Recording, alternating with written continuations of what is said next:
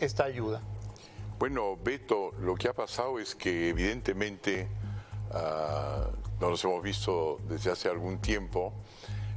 Yo ya pasé de esa etapa de solamente darle el plan de desarrollo para más bien meterme en el punto en el cual estás tú ahora, que es de que esto que la mayor parte de los peruanos estamos atontados, no sabemos cómo interpretar estas vacunas y los privilegios que vienen con ello, las dudas sobre quién está ayudando el Estado a salir salir de estos problemas. Yo he comenzado a utilizar esos contactos que tengo afuera, el prestigio que tienen las organizaciones en las cuales yo estoy, para dirigirme a los problemas que tú acabas de anunciar. Entonces, si me permites, te voy a decir cómo funciona. Esto de proponerle ayuda a Sagasti ya es ¿Sí? un periódico de ayer. No, no, le propongo la ayuda, pero te voy a decir qué le agrego a esa ayuda. Ah, ok. ¿Okay? No, comenzaba la conversación por ese tema porque yo te he escuchado a lo largo de la campaña retar a debate a Verónica Mendoza, retar a debate a Martín Vizcarra, y estos guantes no han sido recogidos. Entonces te quería preguntar si tú vas a continuar ofreciendo, proponiendo, cuando la contraparte no dice nada. Pero yo te voy a decir por qué la contraparte ahora va posiblemente a responder. A ver. Lo que he hecho es, durante los últimos días, tomar contacto con las distintas personas que he tenido el gusto de conocer o con los cuales he trabajado. Desde personas que han trabajado en la Corte Suprema de los Estados Unidos, jueces supremos, hasta las mismas tipo de personas que tienen esas funciones en Europa. Y les he dicho el planteamiento siguiente: mira, ¿qué ocurre si en un país, este caso es el Perú, tenemos la situación siguiente, de que hay un jefe de Estado que decide que las vacunas que vienen, que valen, por supuesto, no es $17, 1.29, sino te salvan la vida, ¿no es cierto? O ya no tienes con qué defenderte, son dadas a solamente un pequeño círculo de personas, que ocurre que todos son parte de un aparato partidocrático. Entonces ustedes me dirán a mí, bueno, es lógico, todo Estado tiene que priorizar. Estamos hablando, por supuesto, de Vizcarra, ¿no? De Vizcarra, correcto. Entonces estamos hablando de Vizcarra, y entonces ellos dicen, pero es lógico, hay que, en primer lugar, proteger a los que mandan al país. Pero ¿qué pasa si les digo, que el problema aquí es que no han consultado eso con el resto del país, no han sido autorizados, no ha sido prepublicado? Ah, me dice, eso es raro. ¿Por qué? Bueno, ¿qué pasa si habría que averiguar? Pero te voy a dar otra noticia, les voy a dar otra noticia. ¿Qué ocurre si el Estado es el único que puede importar las vacunas? ¿Qué? Es decir, que quien ha favorecido a un grupo pequeño es también un monopolio de las compras. Sí. Y esta mañana tuve una discusión y dije, en ese momento, en algún momento se comenzó a decir que no, que el sector privado también podría importarla. Claro, el ministro Ugarte dijo eso en un inicio, pero parece que luego reculó y deben haberle jalado la patilla, y entonces ha vuelto a decir que no, que los privados no van a poder traer vacunas. Entonces, estamos aquí entrampados, ¿no? Correcto. Entonces, señores jueces, señores árbitros internacionales, yo quiero proponerles algo para asistir al presidente Sagasti, para que su gobierno no solamente no sea un fracaso total, sino que no sea un escándalo de grandes proporciones. ¿Qué pasa si un Estado tiene el monopolio de las compras? Durante 5 meses no aprueba compra de vacunas para su población, no se la delega al sector privado, entendiendo cooperativas, ONGs, comunidades, y sencillamente insiste en ser el único que compra, y compra mal. Entonces me dijeron, no nos hemos encontrado con un problema así anteriormente. Demen ustedes cuál sería en el campo internacional algo que nos dé una idea de esto. Es que estamos tratando de buscarle esa humanidad y no la vemos por ahí ese lado. ¿Y qué pasa con criminalidad? Tampoco. ¿A qué se parece todo eso? Y la respuesta en una conferencia que tuve esta mañana fue, se parece al Titanic. ¿Cómo es así? Es que es un modelo. El Titanic es un lugar donde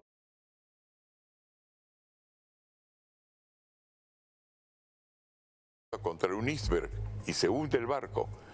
En ese momento se vio que los buques de salvataje no bastaban. Cuando eso ocurría, entonces, ¿qué hizo el capitán?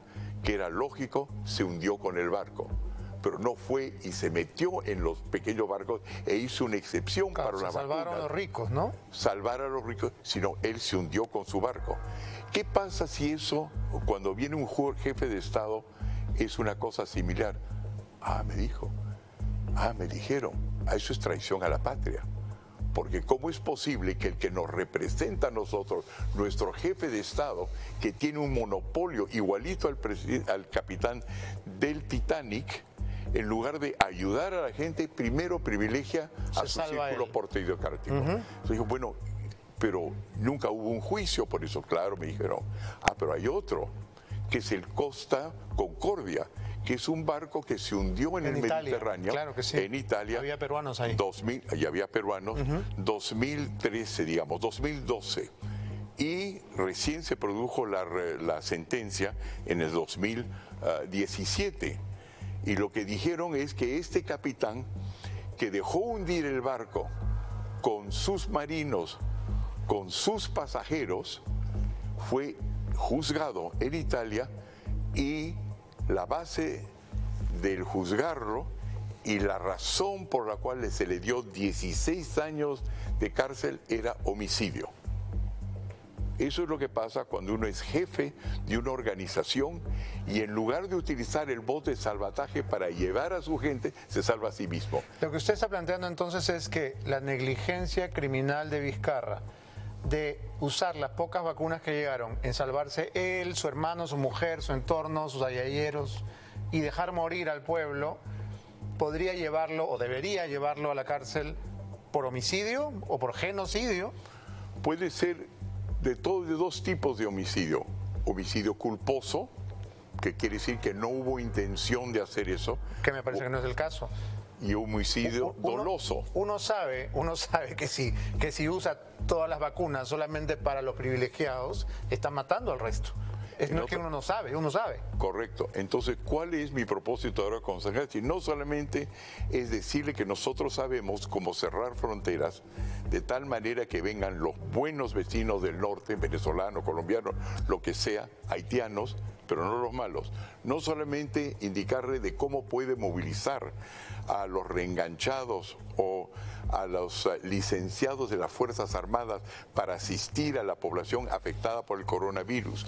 No solamente cómo utilizar los ejemplos, porque estaba en contacto con el ministro de Salud no voy a nombrar los países, de varios países que ocurre que los conozco, para saber por qué solamente el 1% de los afectados por el coronavirus termina en el hospital y el resto se puede tratar en su propio domicilio sin confinar a la población y hacer que se mueran de un hambre económico.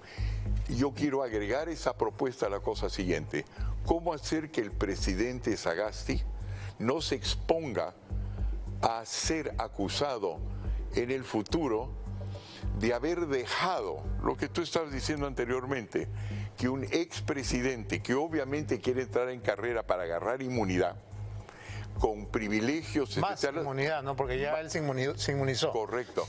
¿Cómo hacer que no se lo acuse que durante su presidencia dejó efectivamente que tachen a personas porque tenían de 73 edificios que tenían no sé cuántos, uno no estaba declarado? En mi caso, de que no soy licenciado, pero cuando viene una persona con una responsabilidad tipo Titanic, ahí sí no hay problema de derecho.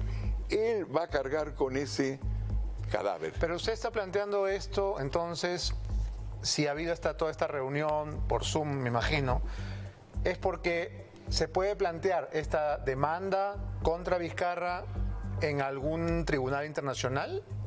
Yo estoy haciendo eso, por lo menos no en un tribunal, sino tú sabes que no solamente hay tribunales de derecho, eso toma tiempo, pero hay tribunales políticos. Yo quiero encontrar una manera de indicar que en el Perú hay programas como el tuyo, no es por sobarte, pero hay pues programas como el tuyo, y que hay gente como nosotros que, si bien en este momento la mayor parte de la población está atontada con todo esto, hay algunas cabezas claras, y que el ejemplo del Perú y que lo que ocurre en el Perú sea un ejemplo de un país capaz de reconocer sus errores, y que el presidente Sagasti ha logrado probar, discúlpame, de que no es un títere de Vizcarra, de que no está favoreciendo los partidos políticos con los cuales él ha estado conectado. Todavía no lo ha logrado probar, ¿eh? Tendría que probarlo, eso es algo que todavía no logra probar.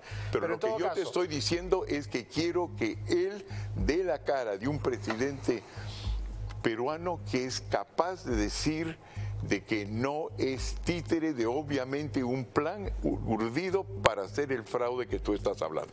Ahora, el número de muertos que hay hasta el momento en el Perú: 44.489 muertos por la pandemia del COVID. ¿De alguna manera se puede juzgar a un jefe de Estado que con su negligencia criminal ha conseguido el peor manejo de la pandemia, que se refleja en estos 44.000 muertos, y se puede llevar a un tribunal internacional? Me dices político, un tribunal político como cuál, por ejemplo.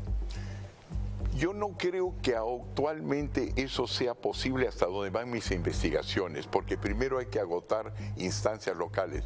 Pero tú sabes, hay dos cosas en las cuales, en dos atmósferas entre las cuales vive el sistema global. Uno es el de los jueces, etcétera, que toma tiempo, como el juzgado de La Haya. Eso toma tiempo, la Comisión Internacional de Derechos Humanos. Pero desde ya hay foros donde se puede discutir claramente de que hay un Estado, por ejemplo, un Estado que tiene el monopolio, un monopolio que evidentemente no funciona, no saben comprar, y que cuando hubo la posibilidad de abrírselo al sector privado, es decir, al sector no público, comunitario, lo que sea, de hacer compras de afuera, cerró las fronteras de nuevo. ¿Qué le va a pasar al presidente Sagasti? Se va a considerar que no solamente dejó que de ahí para adelante haya muertes que se le pueden atribuir al haber cerrado fronteras que iba a abrir, sino al mismo tiempo que está violando todos los preceptos sobre los cuales está basado nuestro sistema de comercio y finanzas exteriores, que es una economía social de mercado. Una economía social de mercado es una en la cual el jefe de Estado, y una democracia no puede decir viven estos y mueren estos. Eso debería haber acabado con la democracia. En otras palabras, lo que está en juego no solamente son las muertes, lo que está en juego es que el Estado, en una economía de mercado, por constitución, por los estatutos y las normas que gobiernan al Banco Central de Reserva, por 3.300 tratados que hemos firmado, significa la posibilidad de que el Estado no sea el que dicte no solamente dónde está o no un beneficio económico, sino quién vive y quién muere. ¿Qué es lo que ha decidido Vizcarra finalmente? Ese es el panorama que yo le predigo que en un mes, si no es menos, va a estar enfrentado el presidente Sagasti. Quería agregar eso a mi propuesta y las otras siguen ahí vigentes. Bien, Hernando, tenemos que hacer una pausa, pero vamos a seguir conversando contigo. No se vayan, es Beto Saber.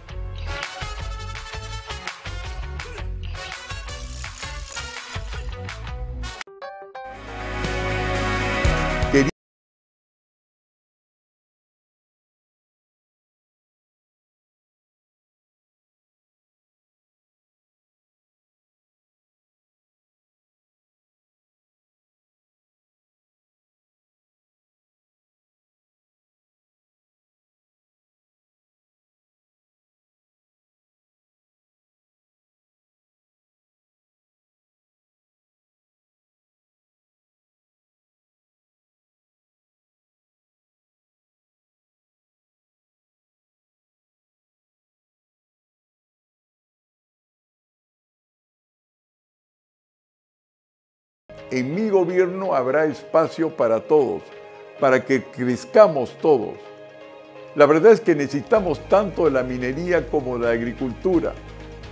Por eso, junto con el desbloqueo de las minas, daremos a los campesinos en la superficie de los yacimientos mineros las certificaciones que necesitan para que, al igual que esos mineros, tengan los instrumentos necesarios para defenderse en pie de igualdad frente a intereses globales y aprovechar sus certificaciones para identificarse a nivel nacional e internacional y acceder al crédito y formar capital para desarrollar su agricultura, si es que eso prefieren. No habrán exclusiones. Sabemos cómo hacer eso. Sabemos.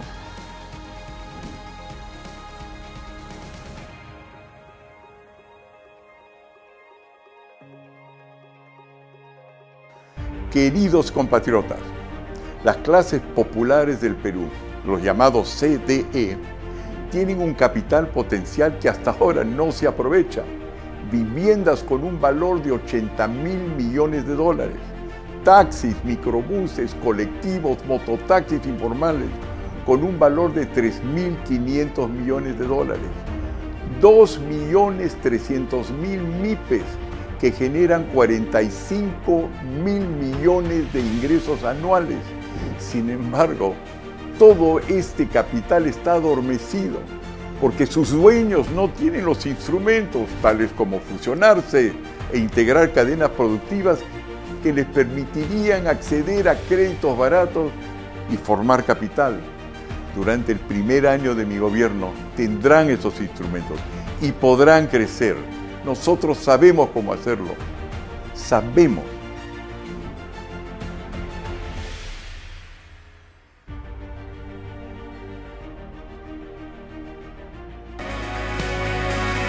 Queridos compatriotas, vamos a liberar nuestros recursos, aquellos innecesariamente bloqueados y listos para generar rápidamente valor y así poner en tus bolsillos 37.000 millones de pesos.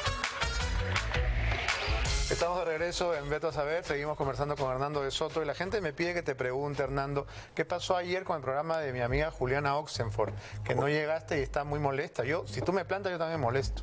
¿Qué pasó? No, yo creo que tiene razón de molestarse. Bueno, de lo que estamos hablando ahora, a esa misma hora me vino la posibilidad de conversar con jueces X y Y y me parecía importante conseguir esa información porque estas no son personas fáciles y viven pues en distintas partes del mundo que coincidieron con la hora de Juliana y le pido por supuesto disculpas y si me vuelve a invitar ahí estaré. ¿Tú crees que tienes una relación conflictiva con la prensa?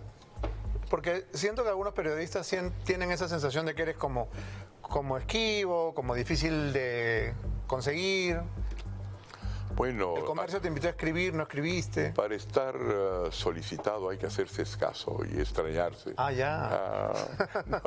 No creo que tenga no hay que regalarse, dices. Pero soy un tipo disruptivo, ¿no? Yo quiero cambiar las cosas, entonces no necesariamente ni con los conservadores de izquierda ni con los derechos siempre coincido, pero no tengo ningún problema en la prensa, soy una de las personas más publicadas en distintas partes del mundo. La diferencia es que en otros países no juego un papel político, claro. Es decir, soy un consejero, y aquí en el Perú supongo que la razón por la cual me piden acompañar una lista u otro es que hago alguna diferencia. ¿Qué pasó con Julia Príncipe? ¿Por qué se fue? Tú sabes que lo que estoy absolutamente cierto es que me ha dicho la verdad. Es una persona tremendamente honorable. ¿Tuvo un problema de salud? Es lo que me contestó. Yo creo que hay un problema de salud y por supuesto no me gustaría entrar en eso porque no le voy a preguntar a ella sus problemas médicos. Lo único que te puedo decir es que tenía un excelente grupo de derechos humanos y ese grupo ya se incorporó a nosotros, el privado suyo. El grupo de Julia Príncipe está con ustedes, pero ella no. Bueno, siempre era parte del conjunto, pero cada candidato tenía su propio grupo de asesores. Entonces ella ha dicho claramente que no ha variado en eso, pero tiene problemas de salud, entiendo yo, lo suficientemente graves como para no querer seguir en su campaña de ser congresista. Y lo respeto. Te voy a preguntar por algunos otros miembros de tu grupo que no sé si siguen o ya no. ¿Jaime Salomón sigue contigo? Sí, claro. ¿Añaños? Sí, claro. ¿También? Pero por supuesto. O sea, ¿la única persona que ha salido ha sido Príncipe o has tenido alguna otra No, de los actores políticos es la única. La única. La única de que yo tengo. Tú sabes, hemos dividido el trabajo de que todo lo que se refiere a las listas congresales es manejado por otro equipo de personas que no soy yo. Estabas hablando de conflictos, por ejemplo, yo, como no he sido educado en el Perú, salvo 2 años de letras, ¿no? Donde recibí un bachiller. Que tuviste que guaquear últimamente. Que tuve que guaquear últimamente. No tengo amigos en este país donde uno se conoce porque viene de Arequipa y mi primo hermano está casado con fulano y el otro, ¿no? Esos vínculos de una economía artesanal, digamos, ¿no? Donde quién eres y con quién estás es importante, a qué colegio fuiste. Yo no es tengo... importante las relaciones para que uno lo vacunen, ¿no? Así porque es. Si no eres nadie, no te vacunan. Así es. Así funciona este país. Correcto, pero también es la forma de conocer a otra gente. Entonces yo no tengo esos, digamos, vínculos, conocimientos de amigos de carpeta. Claro, yo no fui a Leoncio Prado, yo no fui al Markham, yo no fui a ninguna universidad, yo no he sido parte de los Boy Scouts de acá, yo no soy parte de un grupo de juegos de bocha, de una masonería. Entonces yo dejo el contacto de ver quién es la gente de valor, más bien a uno de mis asociados políticos, bueno, el más importante que está conmigo, que es Miguel Vega Alviar. Él conoce eso y con las distintas personas que son parte del grupo social y del pacto social y el grupo de gobernabilidad escogen a los candidatos. Quería preguntarte sobre el pacto social, ya que lo mencionas. Entiendo que hay ahí 500 gremios y asociaciones que se han reunido contigo y te han expresado su apoyo. ¿Por qué si tienes 500 gremios y asociaciones apoyándote, este apoyo no se refleja en los números de las encuestas? Porque en las encuestas a nivel CDE no tienes unos números muy auspiciosos. Cuéntame, ¿cómo es que los encuestadores tomen contacto con el CDE si ni el gobierno sabe dónde están? ¿Y dónde ¿Tú quieres que yo te cuente? No soy Alfredo Torres. Ya, yo te voy a contar. A ver. Yo te voy a contar. Yo no creo que saben lo que está pasando en el CDE. ¿Qué está pasando? Nada, las encuestas no logran agarrar ese voto o esa intención. ¿Es un voto escondido? Es un voto escondido, siempre ha sido un voto escondido, por eso es que al final siempre nos sorprendemos con quién fue elegido. Es un voto escondido en un mundo que está organizado en formas distintas y al cual nosotros vamos a llegar, digamos, hasta abajo, en el curso de los 2 meses que quedan. ¿Por qué? Porque todos ellos están agremiados. ¿No es cierto? El que vota todos los días no es el que nos conoce. El que nos conoce son los jefes de los gremios. Y lo que ocurre es, como en todos los países donde la gente sabe cómo recoger votos, lo que es importante es tener a sus líderes que me comprenden, que me entienden, porque yo llego un mensaje que supongo lo entiende los sectores A, B y C. Llegando a D y E es más difícil. Para eso yo cuento con estos gremios y ahí vas a ver que las encuestas van a cambiar. ¿Quién te ayuda a llegar a ese CDIE es el señor Jorge Paredes Terry? Definitivamente es una parte muy importante. ¿Cuál es su rol? Su rol es varios. Él tiene una experiencia que yo no tengo en campañas electorales. Él ha estado en la campaña electoral del presidente Humala en 1 o 2 ocasiones. Él es un operador político. Es un muy buen operador. ¿Podríamos decir que es tu jefe de campaña? Podríamos decir que es una parte importante. Pero todos tienen un rol, digamos. Yo sé quién es mi productor, quién es mi asistente, quién es mi camarógrafo. ¿Cuál es el rol de Paredes Terry? Yo te voy a decir la cosa siguiente. Si yo tengo que preguntarte verdaderamente cómo es que tú manejes en tu grupo, quién es el camarógrafo, si él realmente influencia, cuál es la influencia de Claudia sobre tú, cuál es tu influencia sobre Claudia. Enorme. Bueno, eso es fácil decir, muy buena respuesta. Gracias, pero ¿cuál es la influencia de Paredes Terry sobre Hernando de Soto? No, la influencia de él es muy importante en mi organización, pero yo te voy a decir, yo no tengo organigrama. Yo comencé a trabajar. Dame 10 segundos. Yo comencé pero no a trabajar. Me atorees, ¿eh? La pregunta es de Paredes Terry. Yo estoy respondiendo a tu pregunta. Yo trabajaba en una organización que se llamaba el GATT, Acuerdo sobre Aranceles y Comercio Internacional. Era prohibido tener un organigrama. ¿Por qué razón? Porque era como los servicios de inteligencia británicos. Hay 007, James Bond, 001. Pero yo no creo que tu partido se parezca a Scotland Yard, ¿no? ¿O sí? No es Scotland. Es bastante parecido. ¿Es parecido? Yo he encontrado que en la vida, si tú tienes un organigrama, en el momento que has hecho que esta persona se llame jefe de campaña, director o lo que sea, tiene el momento que tienes que flexibilizarte, ya no puedes. Ergo, francamente, por estrategia electoral, me gusta mucho estar en tu programa, pero no voy a contestar tu pregunta porque quiero seguir moviendo las fichas según qué convenga en el Yo mercado. te lo he preguntado porque tengo la información de diversas fuentes de que la presencia de Paredes Terry ha dado una especie de vuelco a tu campaña, más o menos como pasó, haciendo una comparación extremada, en la campaña de PPK, que tenía un jefe hasta cierto punto, que era el señor Gilbert Violeta, y luego decidieron cambiar por otro que se llamaba Martín Vizcarra. Entonces, ¿tú has hecho cambios en tu equipo de campaña? Porque sé que ha habido gente que ha salido, sé que ha habido gente que no se lleva bien con Paredes Terry. Yo invité a Paredes Terry la semana pasada y él me aceptó y luego me canceló, no sé si a pedido tuyo. Entonces me interesaría mucho saber de qué manera él tiene una gravitación sobre Hernando de Soto. Claro. Él te canceló a ti porque yo le pedí que cancelara a ti porque sabía que ibas a hacer esa pregunta. Yo quiero flexibilidad en mi organización. Pero entonces eres un dictador que no deja hablar a las bases. No, ¿Por qué no puede venir él? Discúlpame, pero una campaña requiere de un líder. Y yo soy el líder. Y en este momento, a medida que yo voy descubriendo que esta persona es eficiente y la otra no es eficiente, yo tomo decisiones. Y no es que en nuestro partido haya salido un montón de gente. No, yo no he dicho un montón, he dicho algunos. No, es que... No los voy a mencionar, pero algunos son mis amigos. Pero no solamente somos también mis amigos. Yo no he perdido amistad con ninguno. Lo único que yo le quitaría a tu palabra, algunos, le quito la S. ¿Alguno? No, hay más de uno. Sí, bueno, infórmame, cuéntame, te voy a contar fuera de cámaras, pues. No, a veces fuera de cámaras, Oye, por son mis supuesto. fuentes. Antes de amigos son fuentes. No, él es una persona muy importante en mi campaña. Es una persona a la cual yo confío, Jorge Paredes Terry, plenamente. A ojos cerrados. Nunca a ojos cerrados, él lo sabe. Lo importante es que el Paredes Terry, del cual se habla, ha cambiado en muchos aspectos, o si no, no podríamos estar juntos. A ver, Hernando, se habla de Paredes Terry. Paredes Terry estuvo sentado en una conferencia de prensa del Movadef. Por eso se habla de él. No, pues, hombre, ¿qué estás hablando? ¿Cómo que no? No, ¿qué estás hablando? Él nunca ha sido parte de Movadef.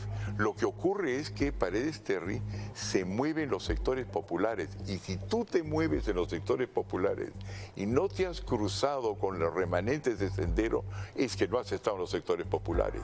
Si tú tratas de ver quiénes están bloqueando las minas y no has visto a Sendero, no sabes por qué están bloqueando las minas. Yo no digo que no te cruces, pero te digo no lo representes, simplemente. No, eso no es cierto, eso no ocurre.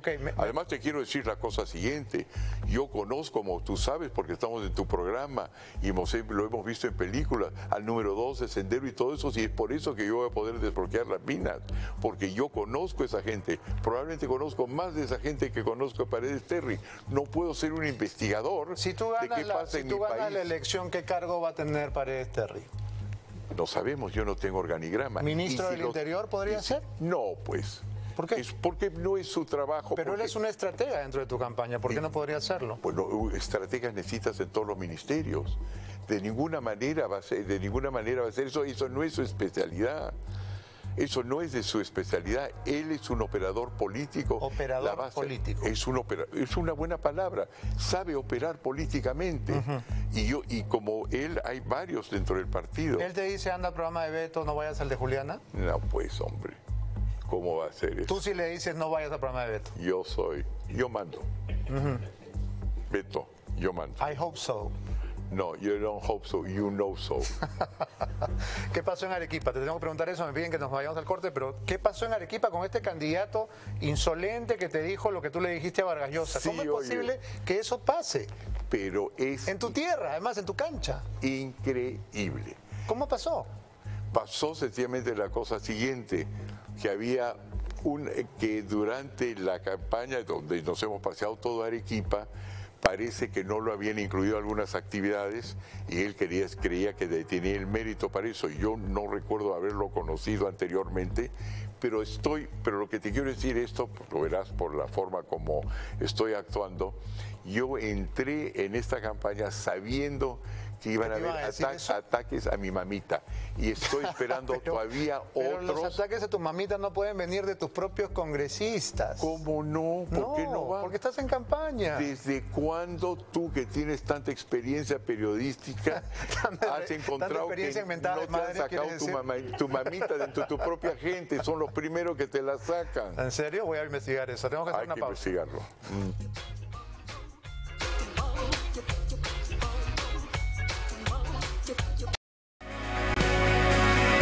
Queridos compatriotas, vamos a liberar nuestros recursos, aquellos innecesariamente bloqueados y listos para generar rápidamente valor y así poner en tus bolsillos 37 mil millones de dólares, 12 veces más capital que el plan de reactivación del Estado actual, sin endeudar al país, sin expropiar a nadie, sin tocar tus ahorros, creando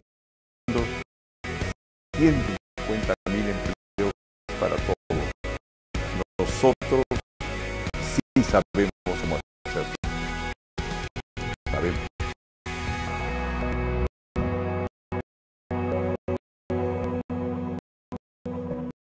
Queridos compatriotas,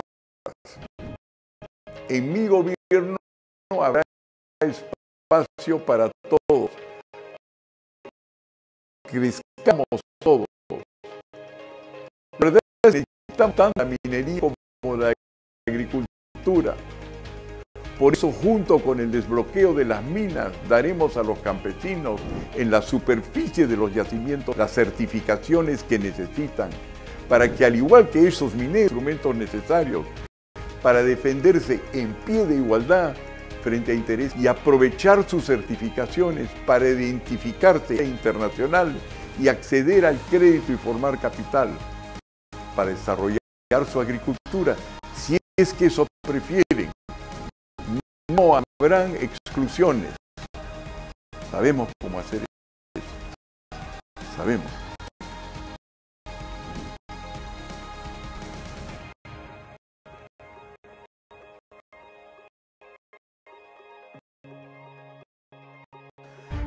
Queridos compatriotas, las clases populares del Perú, los llamados CDE, tienen un capital potencial que hasta ahora no se aprovecha.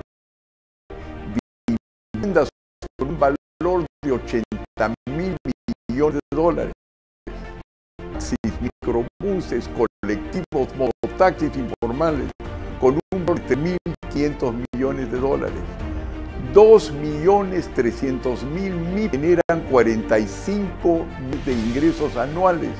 Sin embargo, este capital está adormecido. Ellos no tienen los instrumentos para fusionarse e integrar cadenas que les permitirán créditos baratos y formar capital. El primer año de mi gobierno tendrán esos instrumentos y podrán crecer. Nosotros sabemos cómo hacerlo. Sabemos.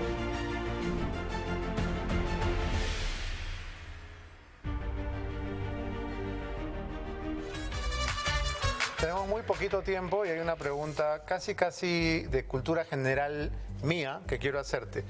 ¿Cuál es la diferencia entre minería informal e ilegal? Es un poquito como cuando se preguntan cuál es la diferencia en mi teoría, ¿no es cierto?, y la de un rival, digamos, un muy buen amigo mío, que es Stiglitz. Yo voy a decir, la mía es dinámica y la suya es pasiva. Ya, no en entendí. otras palabras, Dime la no minería, por responde, favor. no las dos son legales. Déjame decirte por qué. ¿La minería informal y la ilegal son legales? Es que son palabras que cuelgan sin estar fundamentadas en la realidad.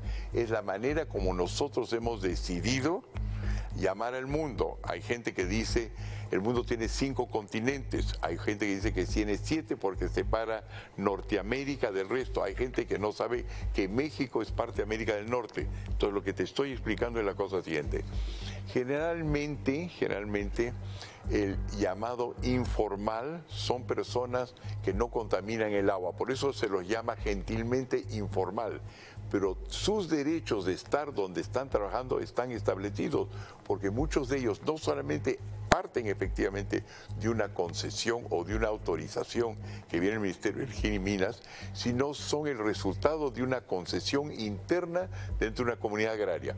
Pero como están sobre todo en el Ande, ellos no están en agua, no la manchan, no hay mercurio y por lo tanto se los llama informales. Los que llamamos ilegales, que no nos gustan, son aquellos que trabajan los ríos, ya por ejemplo Madre de Dios, la Amazonía, y en ese momento todo el mundo se permite decir son ilegales y hay que perseguirlos. ¿Por qué te he preguntado esto? Porque quiero que me contestes si Paredes Terry trabaja o ha trabajado para la minería informal.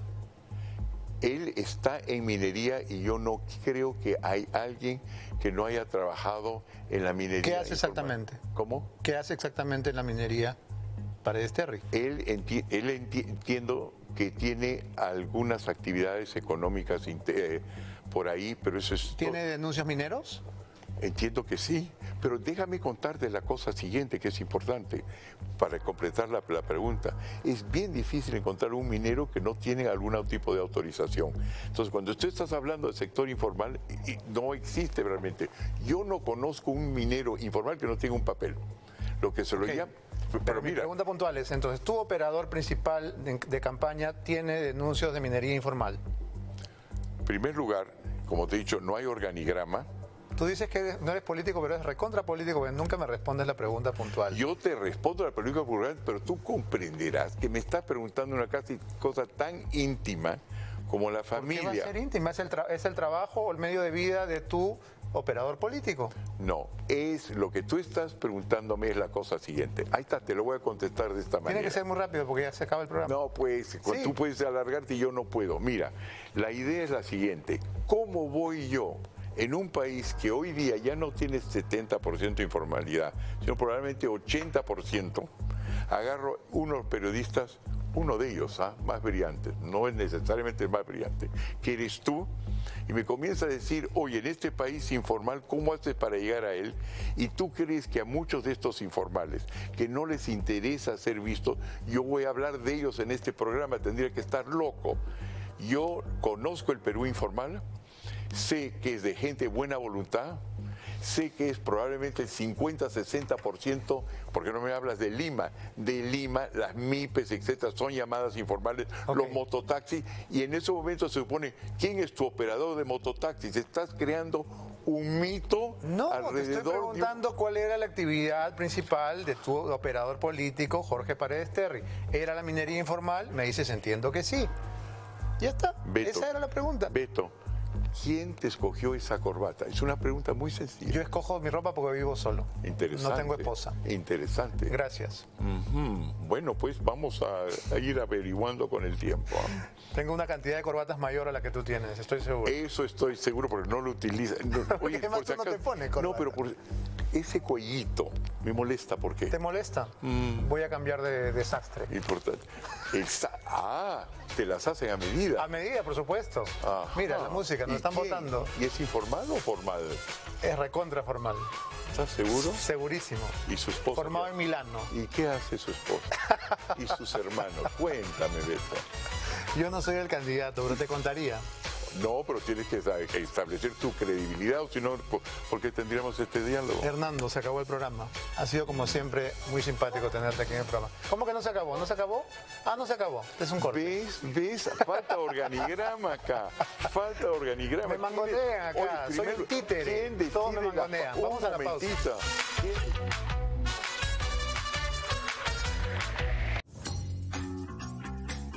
Queridos compatriotas, las clases populares del Perú, los llamados CDE, tienen un capital potencial que hasta ahora no se aprovecha.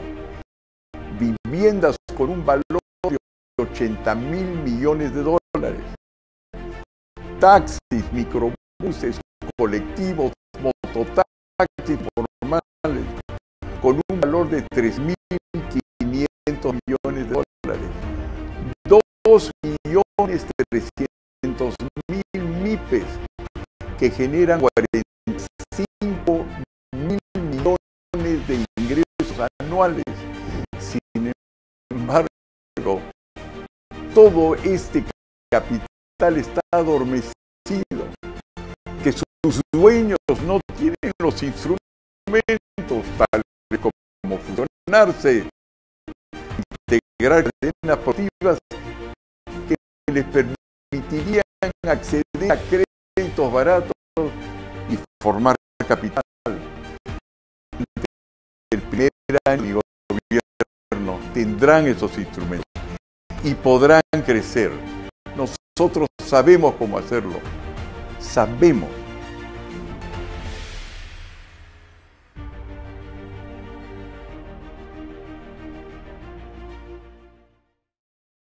Queridos compatriotas, en mi gobierno habrá espacio para todos, para que crezcamos todos. La verdad es que necesitamos tanto de la minería como de la agricultura. Por eso, junto con el desbloqueo de las minas, daremos a los campesinos en la superficie de los yacimientos mineros las certificaciones que necesitan para que, al igual que ellos,